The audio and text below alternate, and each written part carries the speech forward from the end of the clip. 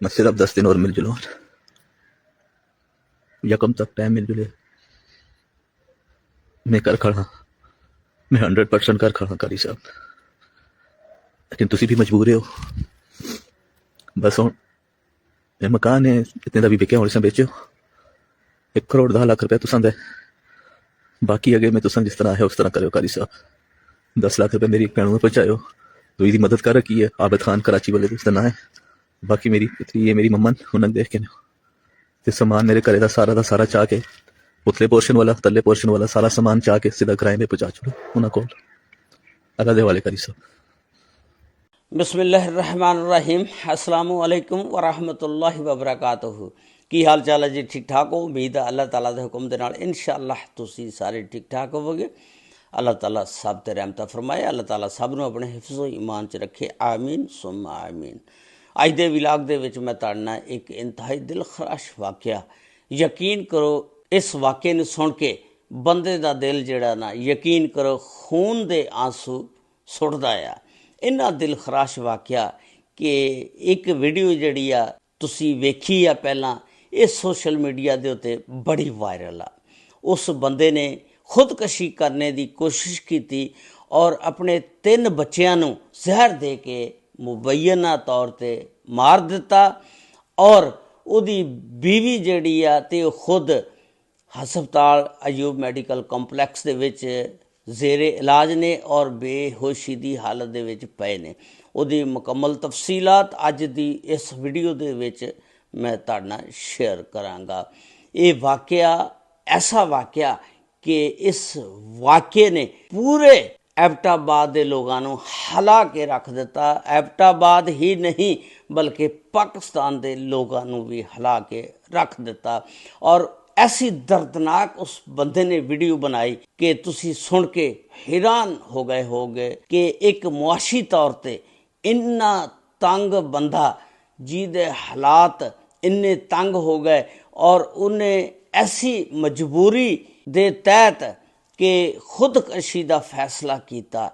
तुसी देखो मौत जिहड़ी आ हर बंदे वास्ते अटल आ, लेकिन कोई भी बंदा नहीं चाहता कि मैनू मौत आ जाए। उहदी यही ख्वाहिश हुंदी है कि मैं इस दुनिया दे विच रवां, क्योंकि ये दुनिया जिहड़ी आ एक रंगीन मजाज दुनिया, इहदे विच बंदा रहना पसंद करदा, ओह नहीं चाहता कि मैं मर जावां। लेकिन इस बंदे दा किड्डा हौसला जिगरा होएगा, किड्डा वो मुआशी तौर पर तंग होएगा, किड्डा वो मजबूर होना बंदा कि जिन्हें अपने 3 बच्चों को जहर दे के मार दिता। ये वाक़या जिहड़ा एबटाबाद दे विच कागान कलोनी आ, उत्थे एक आदमी रहिंदा जिहदा नाम काशिफ वल्द मनसफ, उहदी उम्र 33 साल आ। उहदी बीवी जिहड़ी आ उहदा नाम आ शीजा, उहदी उम्र 35 साल आ। अल्लाह ताला ने इन्हां नूं 3 बच्चे दिते सी, जिहदे विच 6 साल दा गाजियान और 3 साल उम्र जिहदी आइजल और 9 महीने का शहराम। ये 3 बच्चे सी ना, 3 बच्चों को मुबैना तौर पर वो जहर दे के मार दिंदा। उस तो बाद फिर बीवी की जान लेने की भी कोशिश करता। बीवी नूं भी दसदे ने जख्म काफ़ी आए ने, गाटे ते भी और सिर ते भी चोटां लगियां ने।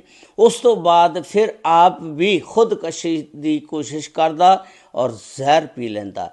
ज्यों ही इतला इस वाक़े की मीरपुर थाने पहुँचती आ ते सर्कल DSP शाहीन खान और SHO मीरपुर असगर खान अपनी नफरी नूं लैके जाए वकूआ ते पहुँच जाते हैं और मौके तो शवाहिद जिहड़े ने इकट्ठे करते हैं और इन्हां चुकते हैं अयूब मैडिकल कंपलैक्स एबटाबाद दे विच शिफ्ट कर दिंदे ने और उन्हां दा इलाज मुआलजा शुरू हो जाता। दसदे ने कि वह हजे तक मियाँ और बीवी यानी काशिफ और शाजीला बेहोशी की हालत दे विच पए ने, उन्हां नूं कोई होश नहीं हैगी। पुलिस दस रही है कि जदों इन्हां नूं होश आएगी उस तो बाद इन्हां दे बयान रिकॉर्ड किए जाएंगे और फिर तहकीकात का आगाज़ किया जाएगा। लेकिन 3 बच्चे जिहड़े ने ओह मर चुके ने, अल्लाह नूं प्यारे हो गए ने। ਇਹ ਵਾਕਿਆ ਇਸ ਵਾਸਤੇ ਪੇਸ਼ ਆਇਆ ਕਿ ਇਸ ਵੀਡੀਓ ਦੇ ਵਿੱਚ ਤੁਸੀਂ ਵੇਖਿਆ ਹੋਣਾ ਕਿ ਇਹ ਜਿਹੜਾ ਕਾਸ਼ਫ ਨਾਮੀ ਆਦਮੀ ਆ, ਇਹਨੇ ਜਦੋਂ ਖੁਦਕਸ਼ੀ ਦੀ ਕੋਸ਼ਿਸ਼ ਕੀਤੀ ਉਸ ਤੋਂ ਪਹਿਲਾਂ ਇਹਨੇ ਇੱਕ ਵੀਡੀਓ ਬਣਾਈ। ਉਸ ਵੀਡੀਓ ਦੇ ਵਿੱਚ ਕਾਰੀ ਸਾਹਿਬ ਦਾ ਨਾਮ ਬਾਰ-ਬਾਰ ਲੈ ਰਿਹਾ ਕਿ ਇਹ ਜਿਹੜਾ ਮੇਰਾ ਮਕਾਨ ਆ, ਤੁਸੀਂ ਇਹਨੂੰ ਵੇਚ ਕੇ 1 ਕਰੋੜ 10 ਲੱਖ ਰੁਪਇਆ ਜਿਹੜਾ ਮੈਂ ਤੁਹਾਡਾ ਦੇਣਾ ਉਹ ਰੱਖ ਲੈਣਾ, ਬਾਕੀ ਜਿਹਦੇ ਪੈਸੇ ਮੈਂ ਦੇਣੇ ਆ ਉਹਨਾਂ ਨੂੰ ਦੇ ਦੇਣਾ, ਕੁਝ ਪੈਸੇ ਮੇਰੀਆਂ ਭੈਣਾਂ ਤੱਕ ਪਹੁੰਚਾ ਦੇਣਾ, ਔਰ ਮੇਰੇ ਘਰ ਦਾ ਜਿਹੜਾ ਸਮਾਨ ਆ ਉੱਪਰ ਵਾਲੀ ਮੰਜ਼ਲ ਤੇ ਔਰ ਥੱਲੇ ਵਾਲੀ ਮੰਜ਼ਲ ਤੇ ਮੇਰੇ ਭਰਾਵਾਂ ਦੇ ਘਰ ਪਹੁੰਚਵਾ ਦੇਣਾ। ਇਹ ਸਾਰੀਆਂ ਗੱਲਾਂ ਉਹ ਇਸ ਵੀਡੀਓ ਦੇ ਵਿੱਚ ਕਰ ਰਿਹਾ। ਦੂਸਰਾ, ਉਹਨੇ ਕਿਹਾ ਕਿ ਇਸ ਦੇ ਵਿੱਚ ਮੇਰੇ ਬੱਚਿਆਂ ਦਾ ਕੋਈ ਕਸੂਰ ਨਹੀਂ ਹੈਗਾ, ਉਹ ਬੇਕਸੂਰ ਨੇ, ਇਹ ਸਾਰਾ ਕਸੂਰ ਮੇਰਾ ਆ ਔਰ ਮੈਂ ਇੰਤਹਾਈ ਮਜਬੂਰ ਹੋ ਗਿਆ ਸੀ ਜਿਹਦੀ ਵਜ੍ਹਾ ਦੇ ਨਾਲ ਇਹ ਕਦਮ ਚੁੱਕਿਆ। ਕਿਉਂਕਿ ਕਾਰੀ ਸਾਹਿਬ, ਅਗਰ ਤੁਸੀਂ ਮੈਨੂੰ ਟਾਈਮ ਦੇਂਦੇ 1 ਤਰੀਕ ਤੱਕ, ਹੋ ਸਕਦਾ ਮੈਂ ਇਹ ਕੰਮ ਨਾ ਕਰਦਾ, ਲੇਕਿਨ ਮੈਂ ਇੰਤਹਾਈ ਮਜਬੂਰੀ ਦੇ ਤਹਿਤ ਇਹ ਸਾਰਾ ਕੰਮ ਕੀਤਾ ਔਰ ਮੈਂ ਇਸ ਟਾਈਮ ਵੀਡੀਓ ਬਣਾ ਕੇ ਇਹ ਮੈਸੇਜ ਤੁਹਾਡੇ ਤੱਕ ਪਹੁੰਚਾ ਰਿਹਾ। ਹੁਣ ਜਿਹੜਾ ਬਾਰ-ਬਾਰ ਉਸ ਵੀਡੀਓ ਦੇ ਵਿੱਚ ਕਾਰੀ ਦਾ ਨਾਮ ਲੈ ਰਿਹਾ, ਇਬਤਦਾਈ ਤਹਿਕੀਕਾਤ ਦੇ ਵਿੱਚ ਪਤਾ ਚੱਲ ਰਿਹਾ, ਸੋਸ਼ਲ ਮੀਡੀਆ ਦੀਆਂ ਖਬਰਾਂ ਨੇ ਕਿ ਉਹ ਜਿਹੜਾ ਕਾਰੀ ਸਾਹਿਬ ਸੀ ਮਾਨਸੇਰਾ ਦਾ ਰਹਿਣ ਵਾਲਾ, ਸ਼ੰਕਿਆਰੀ ਦਾ ਇਲਾਕਾ ਆ, ਤੇ ਉਸ ਦਾ ਨਾਮ ਆਦਲ ਆ। ਉਸ ਬੰਦੇ ਦਾ ਇੱਕ ਨਿਊ ਹੈਦਰ ਸ਼ੋਰੂਮ ਦੇ ਨਾਮ ਤੋਂ ਗੱਡੀਆਂ ਦਾ ਸ਼ੋਰੂਮ ਆ। ਸੋਸ਼ਲ ਮੀਡੀਆ ਦੀਆਂ ਖਬਰਾਂ ਨੇ ਕਿ ਪੁਲਿਸ ਨੇ ਜਾ ਕੇ ਉੱਥੇ ਛਾਪਾ ਮਾਰਿਆ ਔਰ ਉਹ ਬੰਦਾ ਉੱਥੇ ਮੌਕੇ ਤੋਂ ਫਰਾਰ ਹੋ ਚੁੱਕਿਆ ਸੀ, ਨਹੀਂ ਮਿਲਿਆ, ਔਰ ਉਸ ਸ਼ੋਰੂਮ ਤੋਂ 3 ਗੱਡੀਆਂ ਮਿਲੀਆਂ ਜਿਹੜੀਆਂ ਪੁਲਿਸ ਨੇ ਆਪਣੇ ਕਬਜ਼ੇ ਦੇ ਵਿੱਚ ਲੈ ਲਈਆਂ। ਇਹ ਸਾਰੀਆਂ ਖਬਰਾਂ ਸੋਸ਼ਲ ਮੀਡੀਆ ਦੀਆਂ। ਉਹ ਆਦਲ ਨਾਮੀ ਕਾਰੀ ਸੀ ਜਿਹੜਾ, ਉਹ ਜਦੋਂ ਪਕੜਿਆ ਜਾਏਗਾ, ਪੁਲਿਸ ਉਹਦੇ ਕੋਲੋਂ ਤਹਿਕੀਕਾਤ ਕਰੇਗੀ, ਫਿਰ ਪਤਾ ਚੱਲੇਗਾ ਕਿ ਅਸਲ ਸਟੋਰੀ ਕਿੱਦਾਂ ਸ਼ੁਰੂ ਹੋਈ, ਕਿੱਦਾਂ ਨਹੀਂ ਹੋਈ।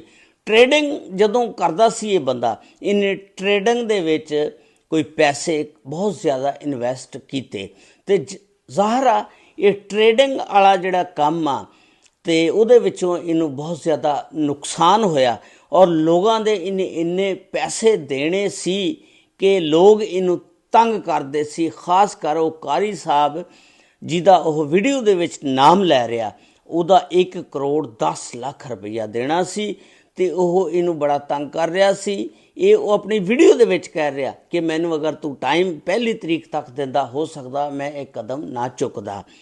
ਤੇ ਇਹ ਕਰਜ਼ਾ ਜਿਹੜਾ ਨਾ ਬੰਦੇ ਨੂੰ ਲੈ ਬਹਿੰਦਾ, ਬੰਦਾ ਇੰਤਹਾਈ ਮਜਬੂਰ ਔਰ ਬੇਬਸੀ ਦੀ ਹਾਲਤ ਦੇ ਵਿੱਚ ਫਿਰ ਖੁਦਕਸ਼ੀ ਦੀ ਕੋਸ਼ਿਸ਼ ਕਰਦਾ। ਹਾਲਾਂਕਿ ਜਾਨ ਹਰ ਬੰਦੇ ਨੂੰ ਪਿਆਰੀ ਆ, ਕੋਈ ਬੰਦਾ ਵੀ ਇਸ ਦੁਨੀਆ ਤੋਂ ਜਾਣੇ ਵਾਸਤੇ ਤਿਆਰ ਨਹੀਂ ਹੁੰਦਾ। ਇਸ ਦੁਨੀਆ ਦੀਆਂ ਰੰਗੀਨੀਆਂ ਨੂੰ ਦੇਖ ਕੇ ਬੰਦਾ ਕਹਿੰਦਾ ਮੈਂ ਇਸ ਦੁਨੀਆ 'ਚ ਹੀ ਰਵਾਂ, ਲੇਕਿਨ ਉਹ ਬੰਦਾ ਜਿਹੜਾ ਵੀਡੀਓ ਬਣਾ ਰਿਹਾ ਔਰ ਕਹਿ ਰਿਹਾ, ਪਤਾ ਨਹੀਂ ਉਹ ਕਿੰਨਾ ਕੁ ਮਜਬੂਰ ਹੋਣਾ ਔਰ ਕਿੰਨਾ ਕੁ ਬੇਬਸ ਔਰ ਲਾਚਾਰ ਹੋਣਾ ਇਸ ਮੁਆਸ਼ਰੇ ਦੀਆਂ ਜ਼ਿਆਦਤੀਆਂ ਦੀਆਂ ਵਜ੍ਹਾ ਤੋਂ।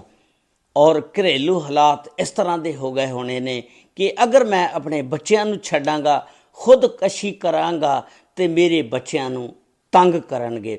ਇਸ ਵਾਸਤੇ ਉਹਨੇ ਸਭ ਤੋਂ ਪਹਿਲਾਂ ਇਹ ਫੈਸਲਾ ਕੀਤਾ ਕਿ ਮੈਂ ਬੱਚਿਆਂ ਨੂੰ, ਬੀਵੀ ਨੂੰ ਔਰ ਖੁਦ ਇਸ ਜਹਾਨੇ ਫਾਨੀ ਤੋਂ ਖ਼ਤਮ ਕਰ ਦਿੰਦਾ ਤਾਂ ਕਿ ਕਰਜ਼ ਵਾਲੇ ਜਿਹੜੇ ਨੇ ਸਾਡੇ ਪਿੱਛੇ ਨਾ ਦੌੜਨ।